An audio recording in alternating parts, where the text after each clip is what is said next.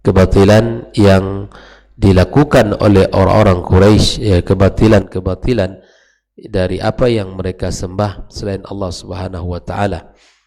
Nah, Syekh Muhammad Ibn Abdul Wahhab membawakan babnya dengan langsung memberi judul firman Allah.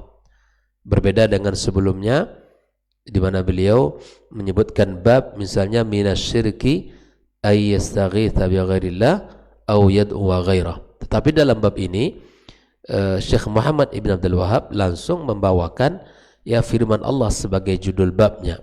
Babun, beliau mengatakan babun qaulillahi ta'ala, ya, babu qaulillahi ta'ala, bab firman Allah Subhanahu wa taala.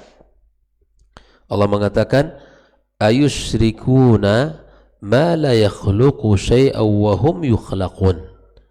Apakah mereka mensyirikkan Allah dengan sesuatu yang tidak mampu mereka ciptakan atas diri mereka sementara mereka diciptakan Allah Subhanahu wa taala? Ayusyrikuna ma la yakhluqu syai'an wa hum yukhlaqun. Apakah mereka mempersekutukan Allah dengan sesuatu yang tidak mampu menciptakan dan sedangkan mereka diciptakan? Wala yastati'una lahum nasra wala anfusahum yansurun.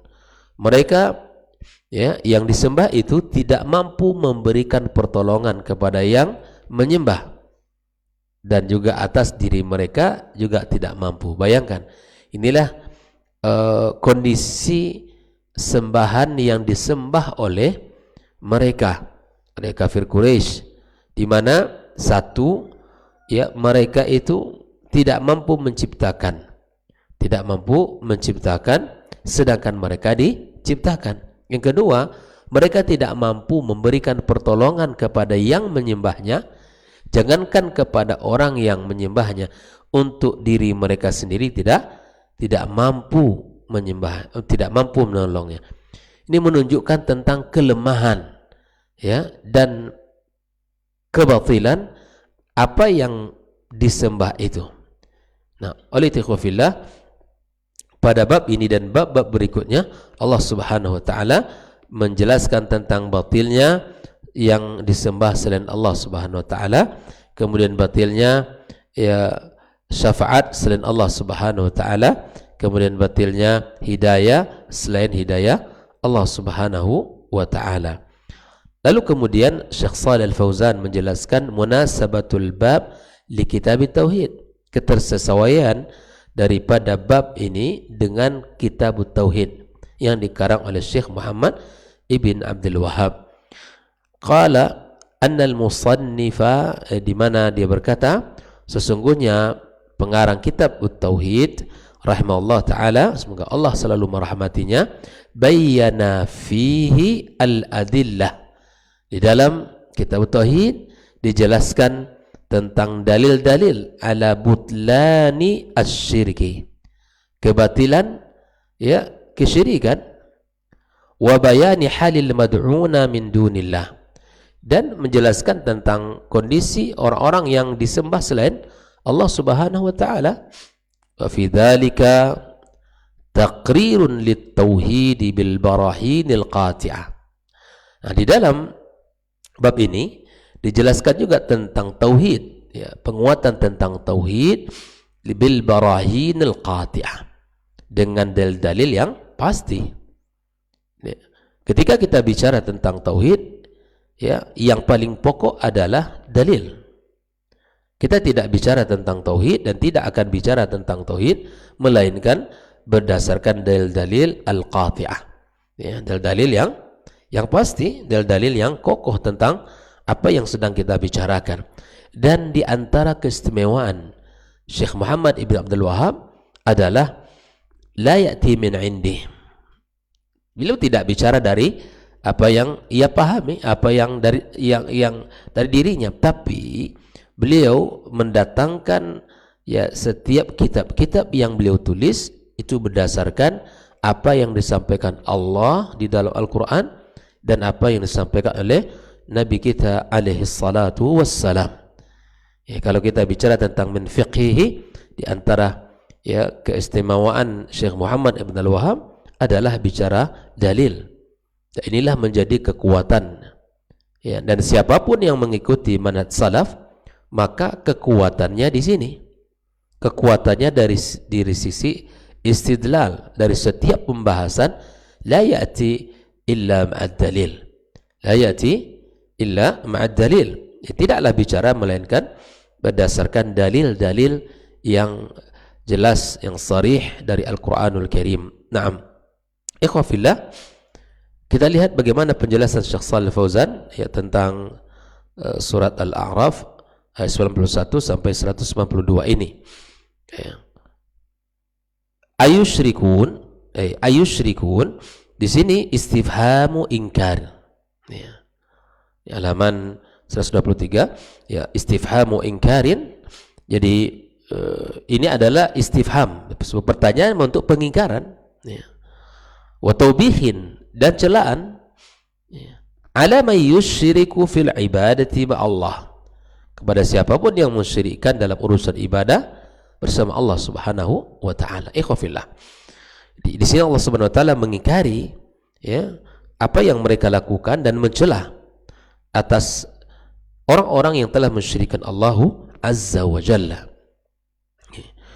Kemudian ikhwafillah, makna ma la yakhluqu syai'a, di sini Syekh Shalih Fauzan menjelaskan ay makhluqatin la taqdiru 'alal khalqi wa laysa fiha ma tastahiqu bil ibadah. Makhluk-makhluk yang tidak mampu untuk mencipta, membuat. Ya makhluk. Ya, wa laysa fiha ma tastahiqu bil ibadah. Dia tidak berhak untuk diserahkan ibadah kita. Makhluk ya identik dengan kelemahan. Sedangkan Khalik ya adalah yang maha kuat. Maka apakah mungkin kita menyembah makhluk yang lemah seperti kita, yang tidak memiliki kemampuan untuk mencipta? Ya. Allah yang mampu untuk mencipta, maka dialah yang berhak untuk kita sembah. Ikhwafillah, wa hum yukhlaqun ay haula'il ma'budun, mereka-mereka yang disembah itu makhluquna muhdatsun. Mereka ini adalah diciptakan ya, dan diadakan. Jadi kenalilah semua itu, bahwa makhluk yang disembah itu adalah makhluk ya. Mereka-mereka yang diberikan ibadah oleh penyembahnya adalah makhluk seperti mereka. Wal makhluk la yakunu syarikan lil khaliq. Makhluk tidak mungkin menjadi ya tandingan bagi khalik, enggak mungkin, bagi syarikat, bagi sang pencipta. Secara pikiran saja kita tidak bisa terima itu. Bagaimana mungkin orang menyerahkan ibadahnya kepada makhluk seperti dia? Ya kan? Bagaimana mungkin? Itu tidak akan bisa terjadi bagi orang-orang yang beriman kepada Allah Subhanahu wa taala. Nah, kemudian Allah menyebutkan kembali sifat mereka itu yang disembah. Wala yastati'una lahum nasra. Ai wa haula'il ma'budun, ya, semua yang jadi sembahan itu la yaqdiruna ala nusri abidihim, tidak mampu untuk menolong penyembahnya. Sudah mereka ini diciptakan, kemudian mereka lemah pula, tidak mampu memberikan pertolongan kepada orang-orang yang menyembahnya. Wala anfusahum yansurun, jangankan menolong orang lain atau penyembahnya, atas diri mereka pun sendiri. Ay wala yaqdiruna ala ay yadfa'u an anfusihim, untuk menolak, membela ya diri mereka sendiri pun tidak mampu, ya kan? Apalagi yang lain. Untuk diri mereka saja tidak mampu.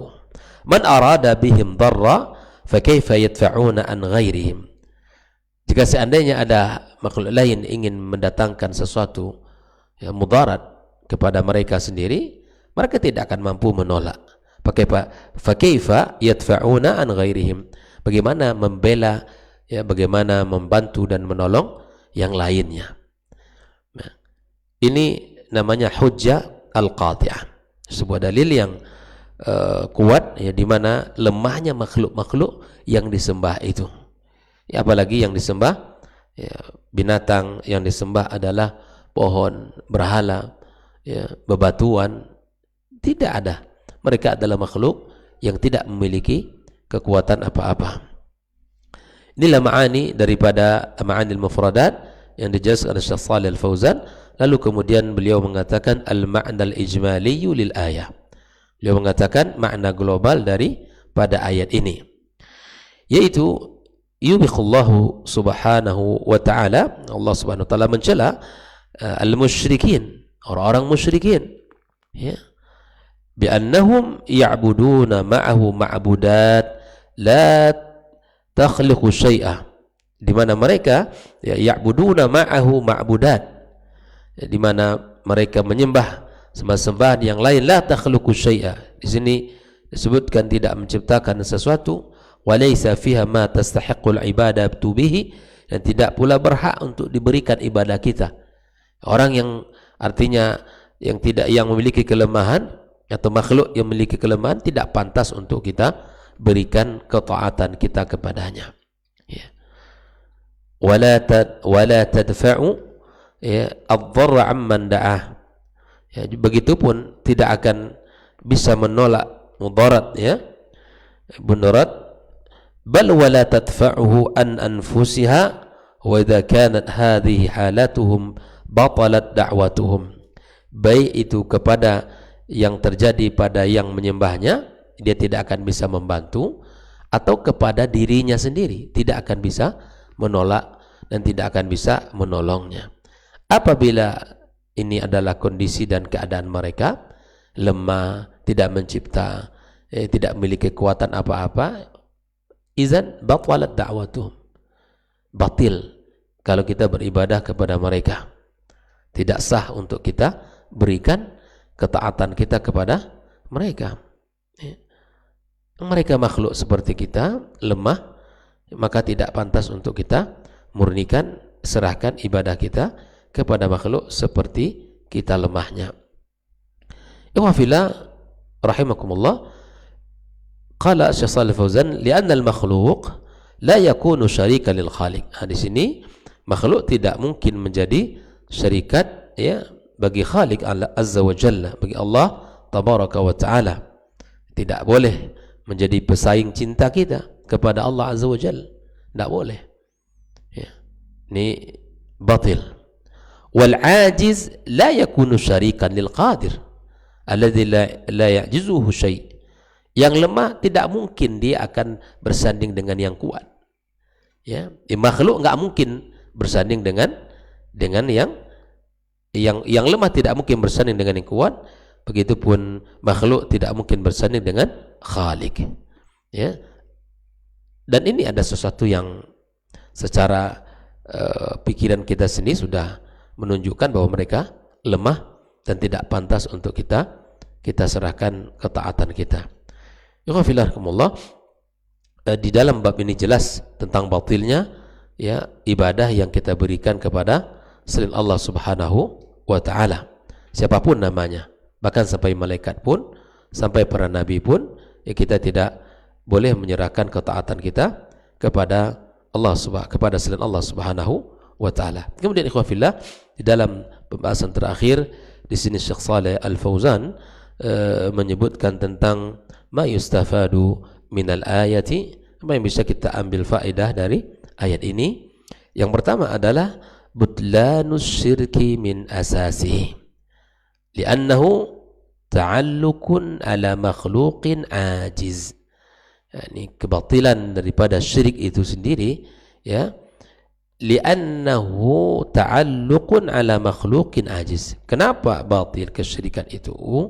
Karena bergantung kepada makhluk yang lemah, ya, bergantung hanya kepada Khaliq yang kuat, tidak kepada makhluk yang lemah, ya. Jadi asasnya syirik itu sudah batil, ya. Tidak perlu lagi kita untuk menyerahkan ketaatan kita kepadanya karena sudah batil sejak awalnya. Yang kedua, ikhwafillah, annal khaliqa huwal mustahiqu lil ibadah. Ketahuilah sesungguhnya Khalik Allah Rabbul Alamin, dialah zat yang berhak untuk diserahkan ibadah kita kepadanya. Tidak ada yang lain. Ya. Yang ketiga, al-istidlalu bi tauhid ar-rububiyyah ala tauhid al-uluhiyah. Ini memang menjadi sebuah dalil bahwa tauhid rububiyah menjadi sebuah awalan untuk tauhid al-uluhiyah. Ketika kita yakin Allah sang pencipta, kemudian Allah yang menghidupkan dan mematikan, maka konsekuensi daripada tauhid rububiyah apa? Kita menyerahkan ketaatan kita hanya kepada Allah Subhanahu wa taala semata. Makanya dalam pembahasan sebelum sudah sering kita jelaskan ya, tentang ketika orang-orang yang meyakini Allah sang pencipta, menghidupkan, mematikan dan mencukupkan, itu belum cukup ya, belum cukup dia menjadi muslim. Artinya ketika orang-orang Kristen kita tanya siapa pencipta langit dan bumi, di saat mereka mengatakan Allah, maka apakah mereka muslim? Belum mereka menjadi seorang muslim sampai mereka menyerahkan urusan ibadahnya hanya kepada Allah Subhanahu wa ta'ala. Pak Yogi kan banyak kawan nih, orang-orang yang seberang sana, ya kan? Kalau Pak Yogi tanya misalnya siapa pencipta langit dan bumi, ya, pernah nggak ditanya tuh Pak Yogi? Coba sekali-sekali ditanya ya mereka-mereka itu, ya kan banyak kawannya itu, tetangga-tetangganya banyak. Coba ditanya, kalau dalam agama kamu pencipta langit dan bumi ini siapa? Kalau ditanya Allah, nah itu sudah benar. Tapi tanya dulu, jangan-jangan Allah itu maksudnya dia ya nanti yang lain pula gitu. Nah ini, maka tanyakan. Kalau sudah benar dari sisi keyakinan Allah sang pencipta, maka kemudian tanyakan tentang ibadah. Kalau Allah mencipta, maka wajib kita taati dan kita ibadahi hanya kepadanya. Yang keempat, masyru'iyatu muhajatil musyrikin li nusril haqqi wa qam'il batil.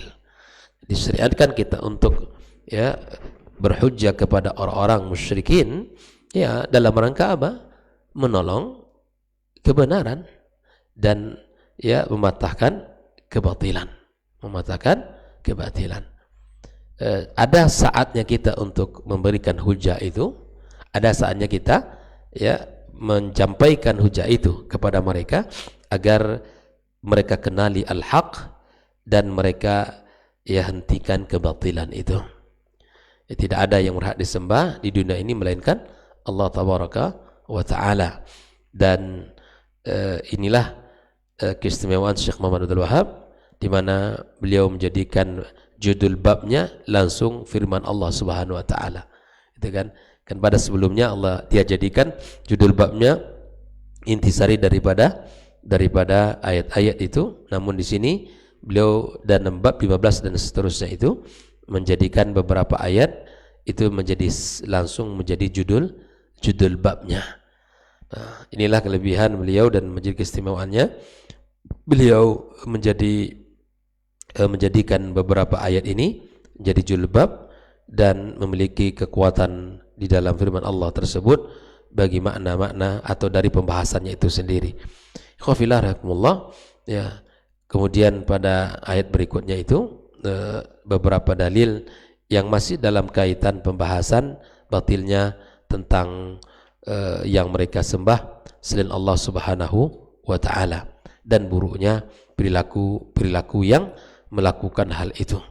Mudah-mudahan Allah Subhanahu wa Ta'ala menjaga kita dan menjaga keluarga kita, anak keturunan kita dari perbuatan syirik ini. Dan kita selalu minta kepada Allah Azza wa Jalla agar kita dijaga dari perbuatan yang paling zalim di muka bumi ini, yaitu menduakan Allah di dalam ketaatan dan amal saleh kita. Wallahu ta'ala a'lam. Yang mudah-mudahan Allah Azza wa Jalla berikan kekuatan kepada kita di dalam menapaki kehidupan ini, berada di atas manhajus salaf, di atas akidah yang sahihah, berpijak di atas dalil di dalam beragama, ya, dengan pemahaman yang benar, yaitu pemahaman generasi awal dari umat ini. Wassallallahu ala nabiyyina Muhammadin wa ala alihi wa sahbihi ajma'in. Wa subhanakallahumma wa bihamdik asyhadu an la ilaha illa anta astaghfiruka wa natubu ilaik. Wassalamualaikum warahmatullahi wabarakatuh.